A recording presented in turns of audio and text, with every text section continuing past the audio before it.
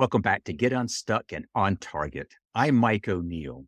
Whether it's our team at Bench Builders working with the company or it's me coaching a CEO one on one, getting leaders in companies unstuck is at the heart of everything I do. And that's exactly what this podcast is all about. Each week, we bring you incredible guests who share their hard won experiences of getting themselves or others unstuck, back on target, and moving forward. I hope it gets you unstuck and on target as well. Joining me today is Eric McCarthey. Eric is the CEO of Sheltie Viking Capital Group. It's a private equity holding company focused on several industries to include cloud SaaS, life science technology, healthcare, retail e-commerce, and nutritional foods and beverages. Eric is unique because he comes to this role, has been a private equity CEO. He's been a venture capital managing partner, and he has extensive public, private, family, and nonprofit board director expertise. And it's that expertise we're going to be spending time on. Welcome, Eric. Hey, nice to be here, Mike. Eric, I wanted to speak with you and invite you onto the podcast because it seems to me I've been doing the kind of work I've been doing for private companies and public companies. I have worked with private boards and public boards, but there's a whole world out there about board work. And what I really wanted to spend our time on is not just talking about what does board work look like, but how can a board, when it's properly configured, really make a difference for the organization and by chance for those who serve on boards. How can they assure that they're making a huge difference? Does that topic make sense to you? Yeah, that's absolutely. Yeah. A lot to move around in there. There's a lot. Now, I know you have 30 plus years in senior leadership roles. You have led large organizations spanning multiple continents. You are the CEO of a private equity holding company. What is it about board work that just kind of lights you up? Well, my journey in the board world, in board work, actually started when I was with the Coca-Cola company, who I worked for 30 years. And I got to serve on several boards inside that system with our franchise bondholder partners. And that got me on the radar of other board work outside the company. And I was fortunate that the company allowed me to do that. And I was on several public company boards while I was co. So my interest in it and my passion on it is driven from a couple of things. Number one, a board member or a board director carries a lot of responsibility and accountability. In a board's first and foremost responsibility is to hire the right CEO for the company. Yes.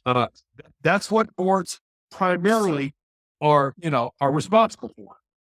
Once that's done, then there's a partnership with that CEO on the game plan of the company, the forward game plan.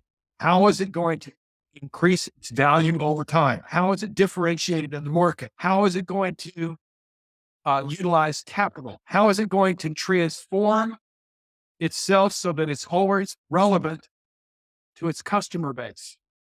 Those kinds of challenges are ongoing.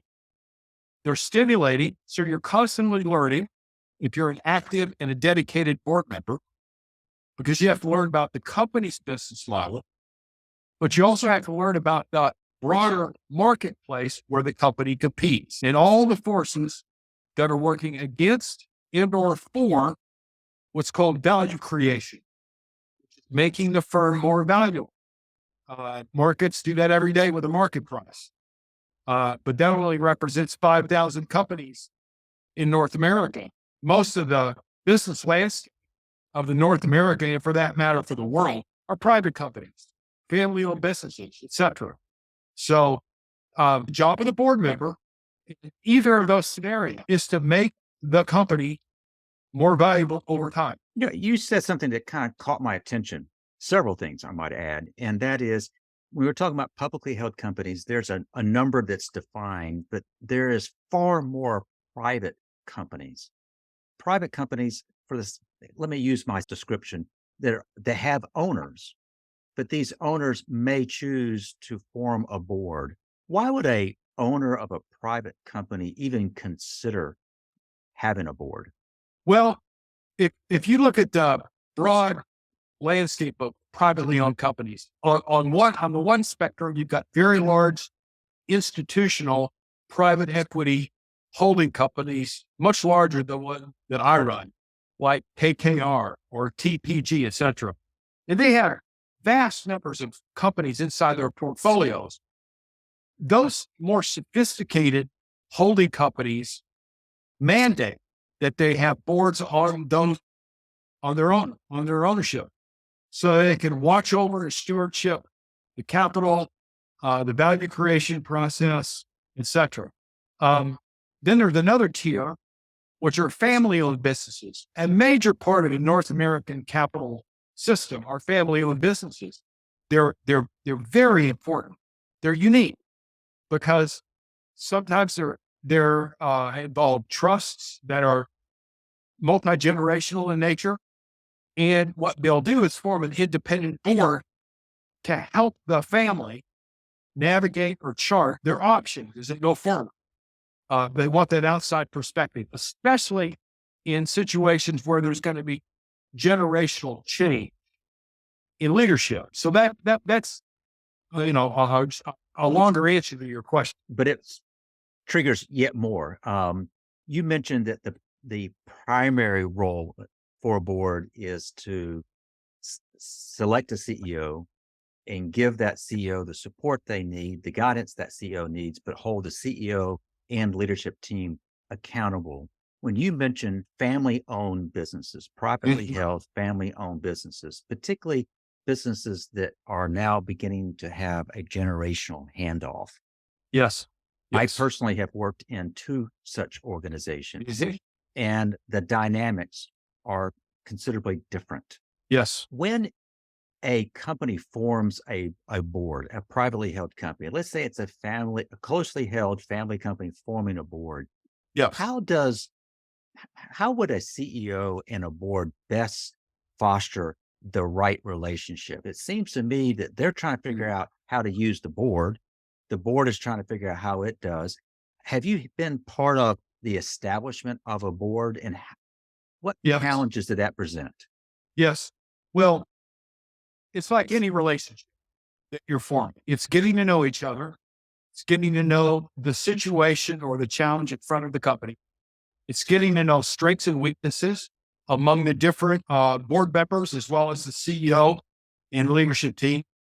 As shareholders, the family, to a large extent, in my experience with family-owned companies, there are certain family members that are on the board with other independent, and those relationships are critical because at any given time, you have emotional dynamics going on between the family members. You have disagreements and constructive, sometimes it can flare up and be quite intense. There are choices along the way around how is the company going to grow? Where should it grow? How much risk should it take on? Right? Well, you work through those kinds of issues in a collaborative, constructive manner. What's critical, both with family enterprises and for any other board, in my experience, is the role of the chairman. The chairman sets the tone, transparency, being candid with each other, a high degree of respect, always being professional. Start with trying to understand why. Those are principles that are critical to a high performing board, no matter where it's operating. You mentioned a number of those principles that must be in place for the board to function. But let's take it a step further. And that is kind of the topic that I hope we would spend most of our time on, is how to see that the board is just downright exceptional. And that could very well be if you serve on a board or if you're in a key leadership role, working with the board, how do you strengthen that relationship? Mhm. What constitutes, in your opinion, an exceptional board, and what does it require of a board member to be a contributor to an exceptional board? Yeah. Well, that's the North Star. That's always the North Star, right? In this very challenging world that we live in, that North Star is seldom achieved Mm, because of human nature, but you want to work towards it. In a highly functioning board, a high performing board, towards an exceptional kind of ideal state. It's like any other entity or organization.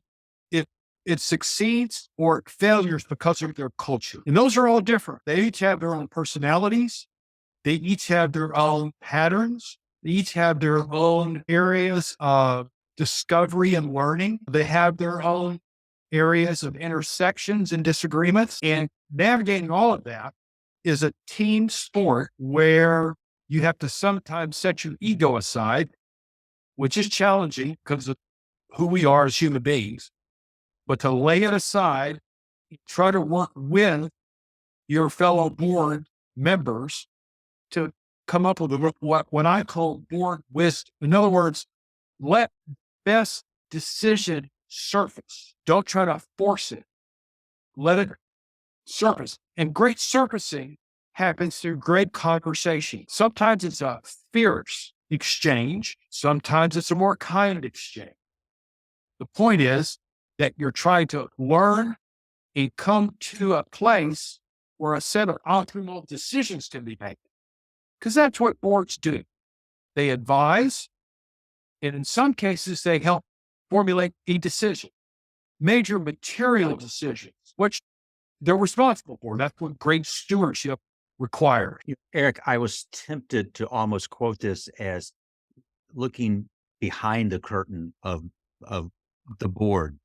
And I'm Mm. really intrigued as you've been describing this because the characteristics of an effective board are essential to it's almost exact as the characteristics of a high performing key leadership team of the organization.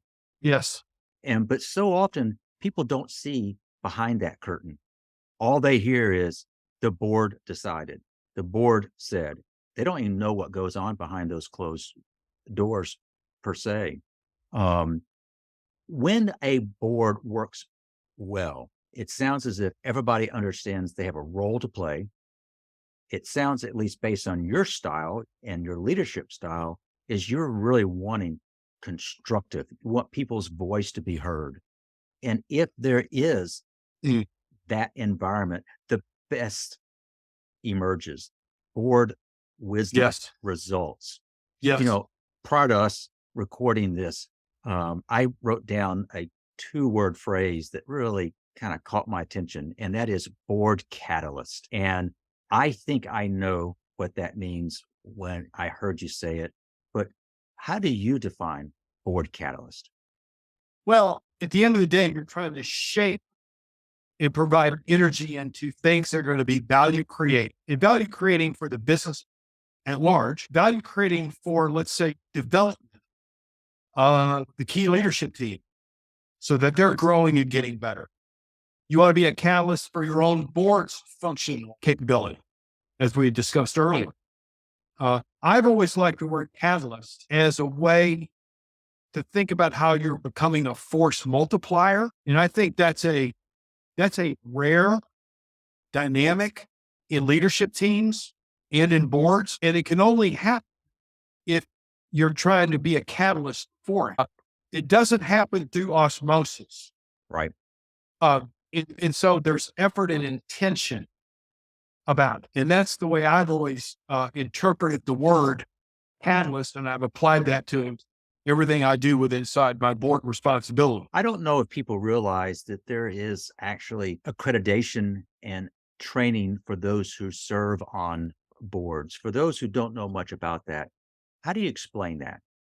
Well, there's a spectrum of these kinds of certifications or programs somebody can go through. On one hand, you can go to big universities who offer board programs. There are my certification as an example was with the Institutional Shareholder Service Organization. They are the ones in all of the proxy work for public companies. Right. They're considered to be best of breed when it comes to board roles, responsibilities, etc. So I went through that training myself and was certified, because when I became a board member of a public company, I wanted to be grounded in that stuff big time. I'm also a member of the National Association of Corporate Directors. The firm's called NACD, headquartered in Washington, D.C. They have 21 chapters, 22 chapters across the United States. We put on programs for education for boards. They have developed a certification program that's quite robust and complete.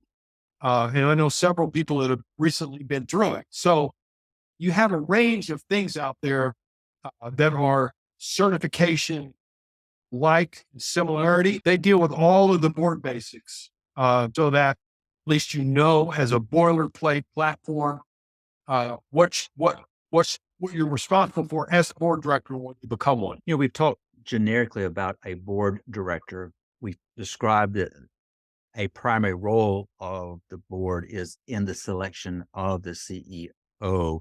But in terms of the roles on a board, some of them Yes. are actually set aside by function. Can you walk us through what are the most common dedicated roles for board members might be? Sure. And board is made up of committees, and that's the engine of a board of directors, the committees.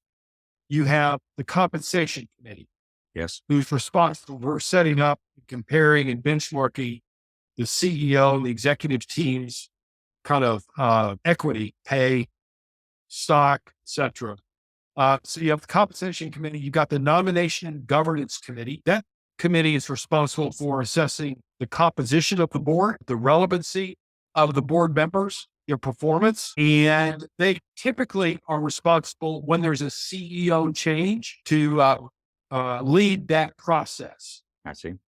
And then the other committee, there's probably 2 or 3 other committees. The audit committee is the most important one. The audit committee looks inside the engine of the company, does robust risk assessment, makes sure that there's financial integrity happening all the time. You start to see that committee take on things like cybersecurity risk.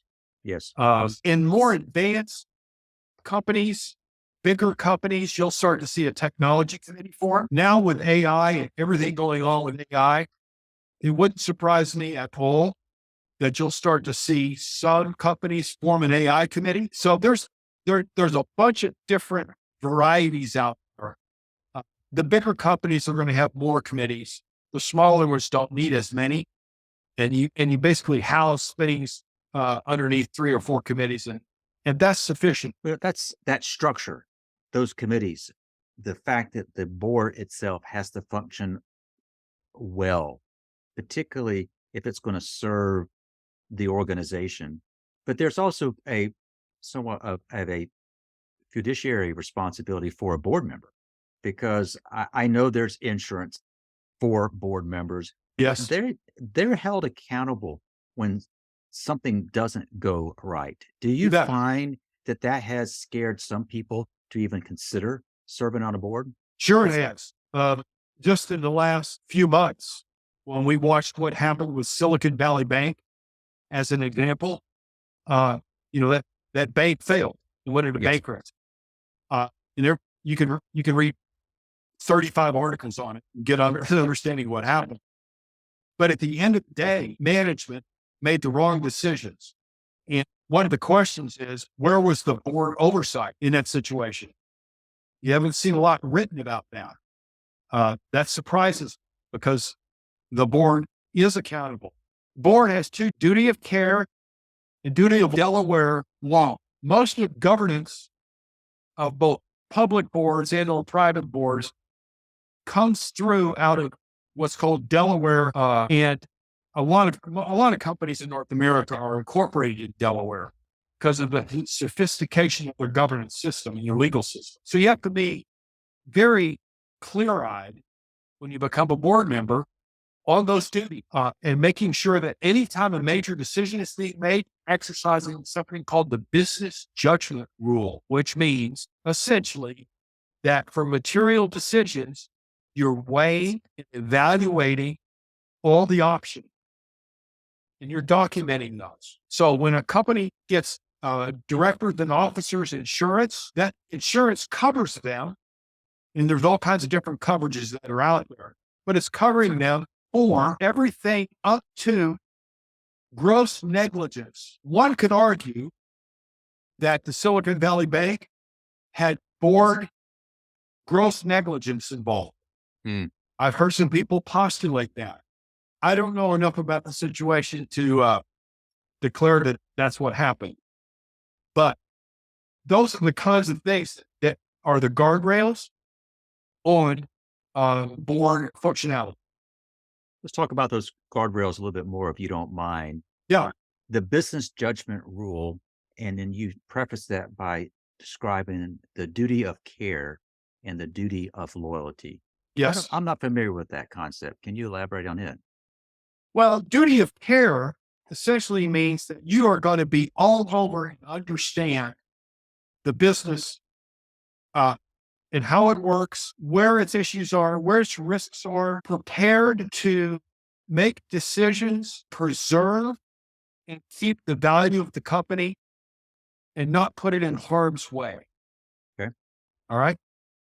Duty of loyalty means to the organization, to the company, to the board, but to the company. And so that means that you are going to do everything you possibly can to ensure that company can sustain itself. And there's a lot of other nuances that you could read about those two duties, but essentially that's what they are. I'm loving this. I've got lots more questions. I know Oh. we're not going to have time to get to all of those, but I didn't read your bio, but it's impressive.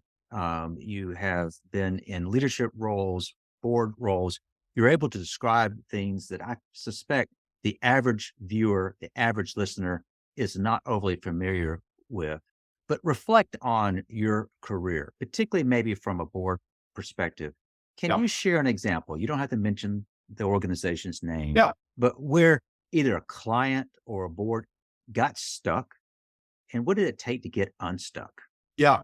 Well, I'm going to give you a story, an example, one that was made an impression on me.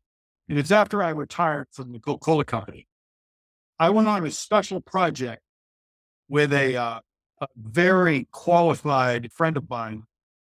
And we went to work with the Ralph Lauren company. They were stuck.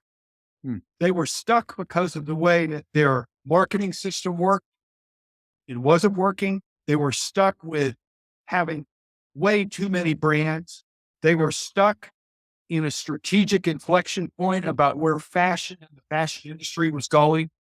And they brought us in to give them some fresh eyes on what was going, what their options were.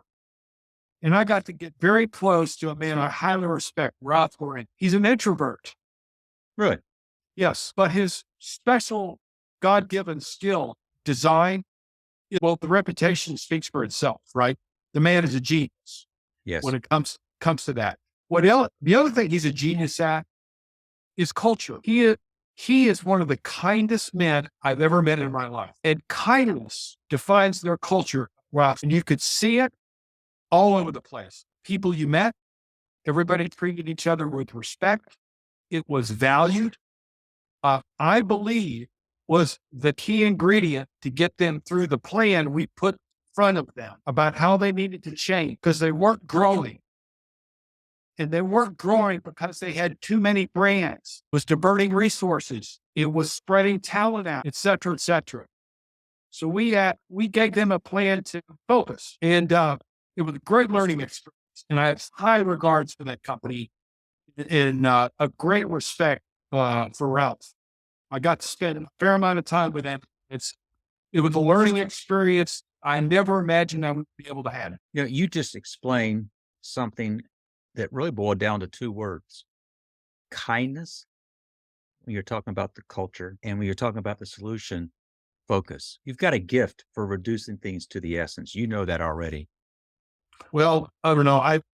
I try to get things down to their essence because it helps me be more helpful to others. As you reflect on this conversation and you say, gosh, I want to make sure that the listeners really pay attention to the following, what are the takeaways you want to make sure that we have? Well, I don't want to be I'm not a professor. I don't want to be, I'm not, I'm not a brand into myself. I don't want to be. Everything I've learned about business and relationships comes down to two fundamental things.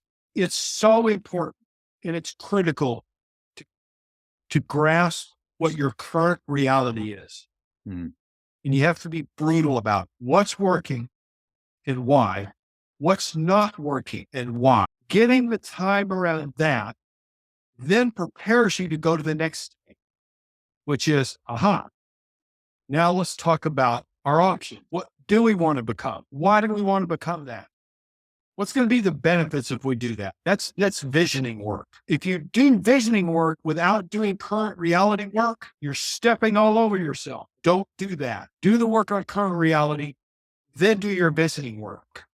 That would be my recommendation for leadership teams, for boards, for companies, no matter what their situation is. For those who are listening, they may not realize that we are also recording this via video. And what they would have seen is I started leaning in when you made the comment, and that is from a strategy standpoint. You said, what's working? And I think what companies tend to do is just list what's working and they move on to what's not. But they don't spend enough time understanding why it's working. Yes. And if I heard you correctly, what's working and why, Yes. what's not and why. And you're cautioning us. You have to be just brutal in the self assessment.